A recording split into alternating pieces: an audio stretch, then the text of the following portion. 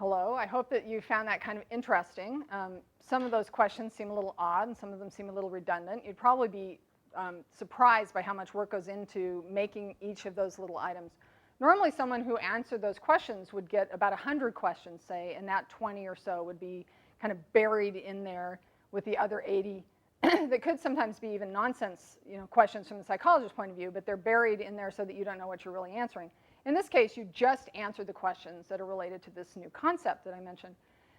That new concept, if you look at the next slide, is the desired moral approbation idea. And that is defined as a desire for moral approval from oneself or others. And essentially what was going on here is the professor at Washington that I was working with talked about how human beings seem to have a need for approval or a desire for approval, and especially in a moral context, that people bounce things off of other people. So what we did is we took a look at the process that people go through to get from, okay, we've got a moral issue here, we need to make the moral judgment. What is actually going to affect? How am I going to approach that moral judgment from the perspective of having lots of other people around me who could approve or disapprove?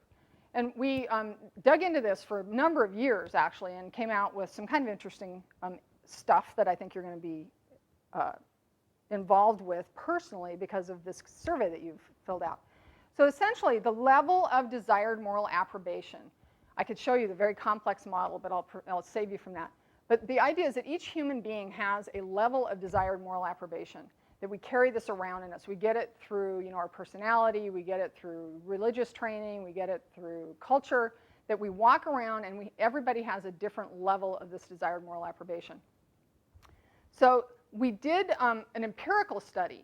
We went out and actually used these questions with the 80 others in this case, so on 300 or so undergrad students in another state, not at SDSU. And we found out, which we hadn't known before, that this idea of desired moral approbation or of wanting moral approval from others or oneself, that it actually had 3 subsets, or actually 3 kinds of desired moral approbation. The first one, as you saw on the slide, was desired moral approbation from others related to praise. That you didn't just want somebody to be kind of neutral about what you're doing. So, oh, honey, I'm really impressed with how you made that decision and that you went to your boss and you said this and you said that. Another construct or little subset of ideas that happened was desired moral approbation from others. So this is the blame concept. The idea here is that some people are more sensitive to, oh, you really blew it on that one. I really thought that you were a terrible person when you said X, Y, Z to so-and-so. You shouldn't have done that. Some people are more wary of blame and not so much pursuing praise. The last characteristic was that there is actually a level of desired moral approbation from the self. And in the psychology literature, you can read a lot about this, that human beings need approval from themselves. They need to feel like they're good people.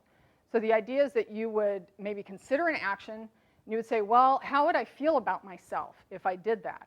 And that you would say, oh, that's not as good as I want to feel about myself. So you might raise the bar a little bit and actually behave in a better way based on this approval that you want from yourself. So let's take a look now at the scoring.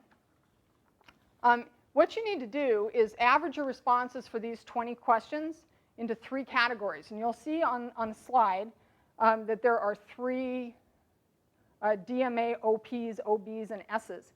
What you want to do is go in and tally up all of your scores and then average them, come up with a number for yourself on each of the 3 dimensions, and then we'll compare them to what we came up with for these other 300 undergrad students.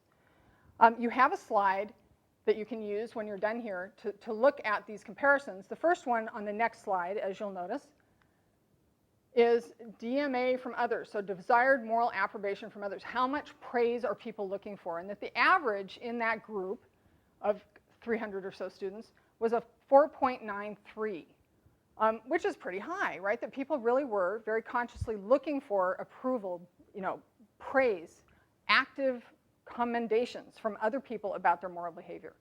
They also, however, were interested in not being blamed. So it wasn't quite as strong a result as the seeking praise, but it was a very interesting kind of subdimension of desired moral approbation, that these people were avoiding blame. It was kind of one of the main ways that they were looking at, how should I make this moral decision? I don't want people to blame me. And the last one, desired moral approbation from the self, I was kind of happy to see that the one from the self was the highest of the 3, that it came out at an average of 5.17, We don't know exactly how this would play out in 30-year-olds or 50-year-olds in the workplace.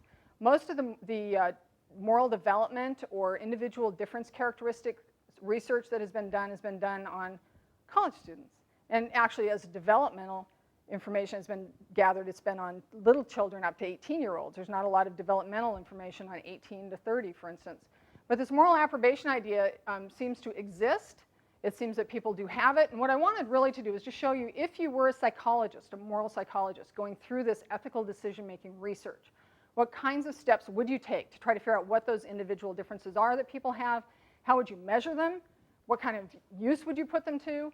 And what kind of insights you might be able to, as you kind of forge ahead with this new little data point about yourself, finding out how much you value praise from others, how much you might be avoiding blame, how much you might value your own opinion versus other people's. So it's a healthy thing to know, and maybe something that you can keep in mind as you're interacting with your coworkers or with your boss, that each of them too will vary on all of these individual difference variables, and that you might want to give them, cut them some slack. If you think maybe they're a little more like that than they should be, they don't control a lot of that, just like you don't control a lot either. So you can help each other out, maybe shore up each other's weaknesses or applaud each other's strengths. And if you know someone who really likes praise from others, you can make sure they get it. And maybe avoid the blame if you think they don't deserve it. So that's it for the individual difference segment of the ethical decision-making model. We're going to forge ahead with a summary